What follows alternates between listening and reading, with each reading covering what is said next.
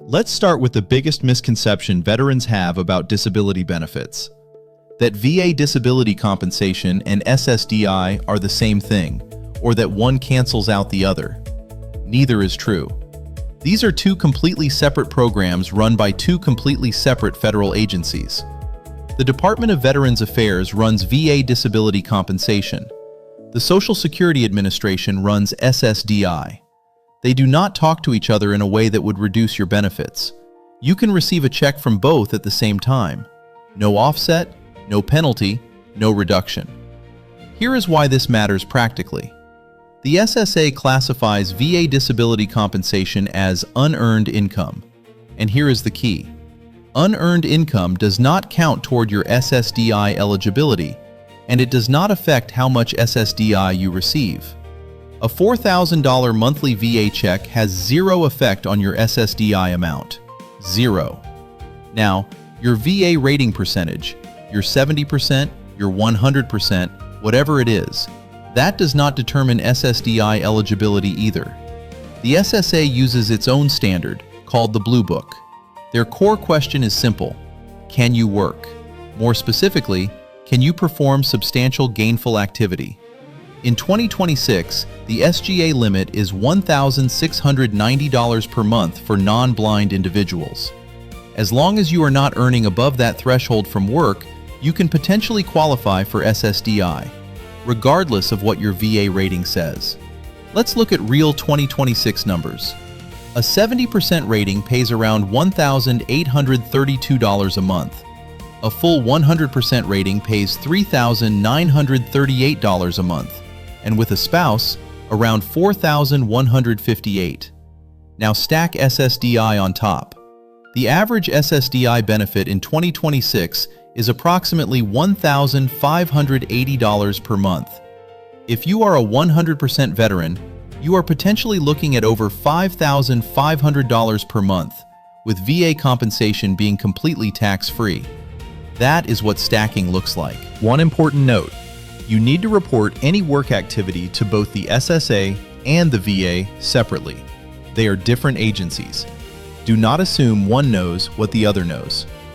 Let's talk about one of the most powerful and most underused benefits in the VA system: TDIU, total disability based on individual unemployability. Here is the concept. Your service-connected conditions may prevent you from holding substantially gainful employment. If that's your situation, the VA can pay you at the 100% disability rate, even if your actual combined rating is lower than 100%. You do not need a 100% rating to get paid at the 100% rate. TDIU bridges that gap. There are two ways to qualify. The first path: a single service-connected disability rated at 60% or higher. The second path: a combined rating of 70% or higher with at least one disability rated at 40% or higher on its own. What does TDIU pay in 2026? A veteran alone receives $3,938 per month. With a spouse, $4,108. With a spouse and one child, $4,263 per month.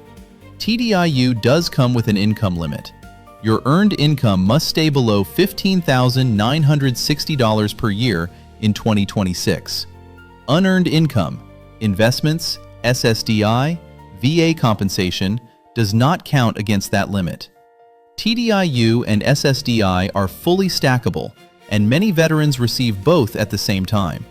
To apply, file VA Form 21-8940 as a standalone claim or as part of a rating increase claim.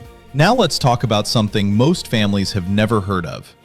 This chapter is for the spouses, the parents, the children who stepped up when a veteran came home and needed daily care. There is a VA program specifically for you. It is called the Program of Comprehensive Assistance for Family Caregivers, PCAFC. If the veteran in your family qualifies, the designated family caregiver gets a monthly stipend paid directly to them, not to the veteran.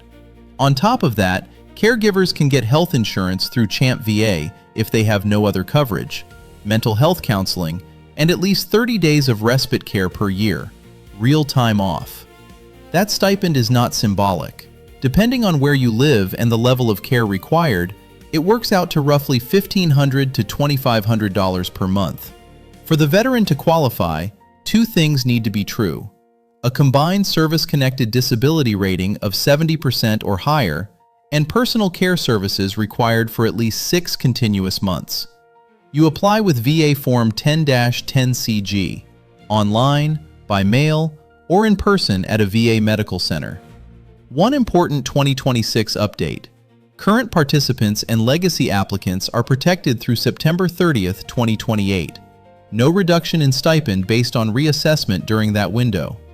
If you are in the program, your benefits are locked through that date.